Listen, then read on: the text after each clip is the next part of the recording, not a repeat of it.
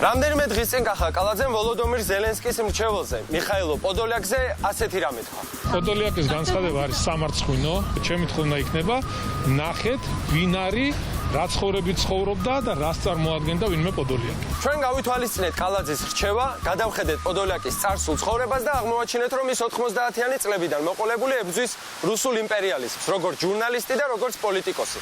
ცხოვრობს საკმაოდ მოგზალებულად, არც ბიზნესები აქვს, არც კერძოვილები, არც ვირადღირებული მანქანები და სხვათა შორის არც ტენდერებიდან ფულის მოტეხვაშია შემჩნეული. მოკლედ ასე სრულად გულწრფელად ემსახურება სამშობლოს. Голова офиса президента тут, премьер-министр Шмыгаль тут, Подоляк тут. კალაძე тут? Нет. პოდოლიაკი იქით იყოს და მოდით კალაძის წარსულ ცხოვრებას გადავხედოთ. ბედნიერესი ადამიანი ვარ და ძალიან მეამაყება რა თქმა უნდა ჩემი წარსული ცხოვრება. მოდით ვნახოთ რა ეამაყება კალაძეს.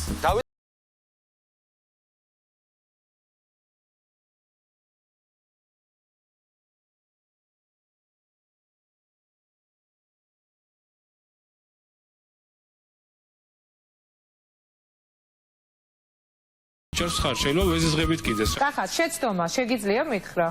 ანჯერ დავამთავრებ კიდე. წარმატებებზე არ დაგისრულებია. მაგ პერიოდში სააკაშვილს მაინც ვერ შეეტენა საკმარისად და პოლიტიკაში ვერ მოვიდა, მაგრამ სამაგიეროდ მინდა მადლობა გადაუხადო ბიძინა ივანიშვილს, რომელმაც პირადად ჩემთვის გარდამტეხ მომენტში მომცა პოლიტიკური საქმიანობის დაწყების შესაძლებლობა. სამწუხაროა, რომ კალაძისნაირ ნიჭიერ ადამიანს მიხეილ სააკაშვილმა გასაქანი არ მისცა, თორე ნახეთ რა გრანდიოზულ პროექტებს ახორციელებს კახი 2018 წლიდან. ცენტრალური ხელისუფლების მხარდაჭერით და თანადგომით განვახორციელოთ ახალი პროექტი, ეს არის ახალი მიწისზედა მეტროს მშენებლობა, დაიხარჯება 90 მილიონი დოლარი. შემოგთავაზებთ პატარა ვიდეოკლიპს, დაახლოებით როგორ იქნება ეს პროექტი. თბილისის მერია მიწისზედა მეტროს განვითარებას იწყებს, რომლითაც ჯამში 260,000 ადამიანისთვის გახდება ხელმისაწვდომი ახალი მარშრუტები და იაფი ტრანსპორტი გეგმება. თბილისი რუსთავის დაკავშირება მიწისზედა მეტროს საშუალებით. ჩვენ გადავწყვიტეთ ამ სიტყვებიდან 3 წლის შემდეგ რუსთავში ჩავსულიყავით და ის ადგილი მოგვენახულებინა, სადაც 2020 წლისთვის უკვე მეტროს სადგური უნდა ყოფილიყო. შემოგთავაზებთ პატარა ვიდეოკლიპს, დაახლოებით როგორ იქნება ეს პროექტი. მეგობრებო, ჩვენ ახლა წარმოგიდგენთ პატარა ვიდეოკლიპს თუ როგორი გამოვიდა ეს პროექტი. ჩვენ მერიის არქიტექტურული სამსახურის დიზაინერებმა ცადეთ უხეში ჩარევების გარეშე აგვეთვისებინა ეს სივრცე, რათა მეტროს სადგურს თავისი ავთენტურობა და უნიკალურობა არ დაეკარგა. როგორც დიდმა ფრანგმა არქიტექტორმა ლე კორბუზიემ თქვა, ნაკლები ჩარევა გულისხმობს ნაკლებ ხარჯსაც. ჩემგან მარცხნივ თქვენ ხედავთ საპირფარეშოების სივრცეს, ეს არის ქალებისთვის, ეს არის მამაკაცებისთვის. აქ კი არის უსაფრთხოების ოთახი.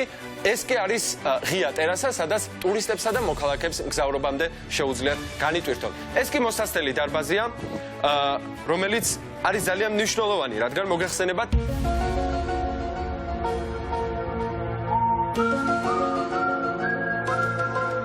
მეტრო რუსთავი თვიურად 200,000-მდე მოქალაქეს მოემსახურება. გონია რომ ძალიან მნიშვნელოვანი პროექტია იმ თვალსაზრისით, რომ 200,000-ზე მეტ ადამიანს მოემსახურება. და რაც დავარია, ეს პროექტი ძალიან ბიუჯეტური გამოვიდა. 90 მილიონი დოლარი.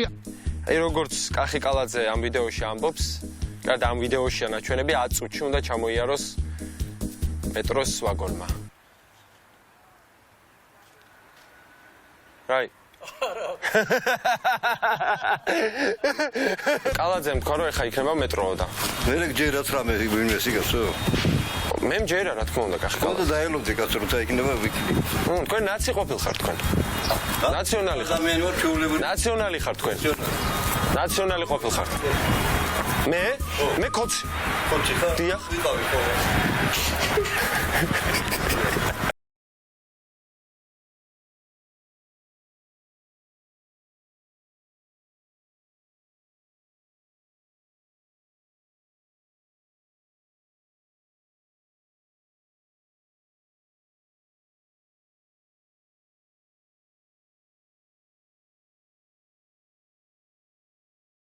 და ეგრევე განხორციელებულია ყველაფერი. ყველაფერი კარგად არის. ყველაფერი კარგადაა. კიდევ უფრო კარგად იქნება. ჩვენი შემდეგი დანიშნულების ადგილი ლილოს ბაზარი, სადაც ასევე მეტროს სადგური უნდა აშენებულიყო. ეს არის ახალი მიწისზედა მეტროს მშენებლობა სამგორიდან ლილოს მიმართულებით. ასევე სამგორი აეროპორტი სამგორი. გონია რომ ეს არის დარწმუნებული ვარ ერთ-ერთი უმნიშვნელოვანესი პროექტი. ჯორჯო, მეტრო ხო არ იცით სად არის აქ? ეონან გადაღება არ შეიძლება თქვა. მეტრო. არ არის? არ ფუნქციონირებს? აბა იქ ბანერი რო არა. ეგ იყო მიშაზოს პროექტი გაკეთებული. ეგ იყო მიშას დროსო. მიშას დროს იყო ეგრევე ნაცებს ხო დააბრალა და იმან მეორემ თავში წამოუთაკა ესე რა. გაჩერდიო რა ტულაპარაკობ ყლევს რა ტულაპარაკობ. ამასობაში ბაზრის ადმინისტრაციის თანამშრომელი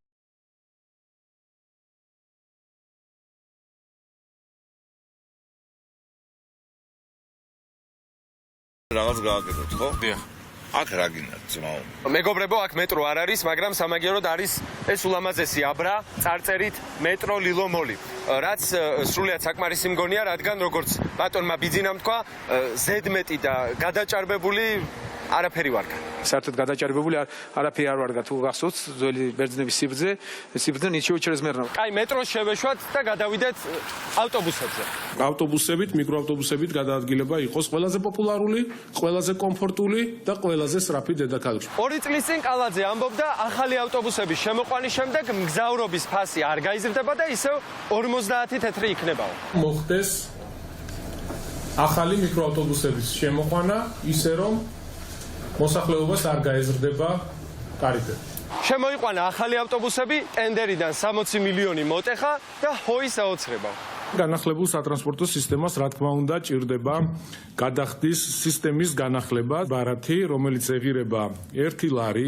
ჩვენ გადავწყვიტეთ ყველაზე სწრაფი, ყველაზე პოპულარული და ყველაზე კომფორტული ავტობუსით გვემგზავრა. გზავრობა მხოლოდ და მხოლოდ პირბადით იყოს. პირბადე. ხო ძალიან კომფორტულია მგზავრობა. ტაქსი დაპირებ წასვლას. რა ჯდება? 24 ლარი. აქედან? ცოტა წინ წავალ. ჩვენ ხო ძალიან კომფორტულად გზავრობთ ახლა.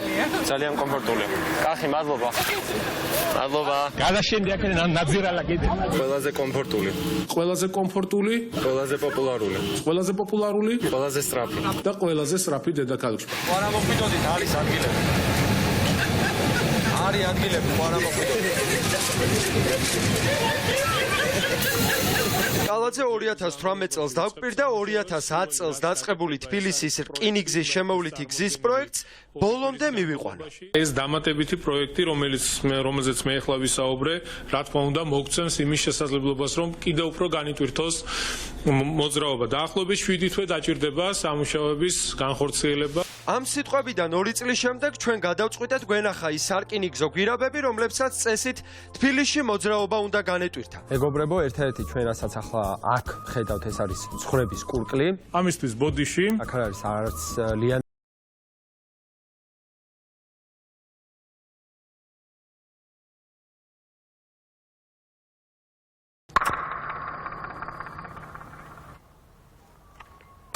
ბოლოს ჩვენ გვირაბის მეორე მხარეს გავედით, სადაც საძოვრად გამოსული ქართული ოცნების დეპუტატები შემოვხვდნენ. მე მათ დაუსვი კითხვა თუ ვინ შეჭამა პროექტისთვის გამოყოფილი 200 მილიონი დოლარი. პრინციპში პასუხი ძალიან მალევე მივიღე.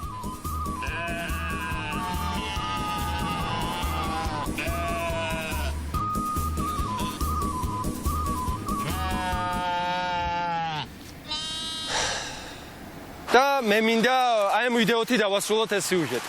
და როგორ გსურთ რომ დაამახსოვრდეთ ხალხს? როგორც კარგი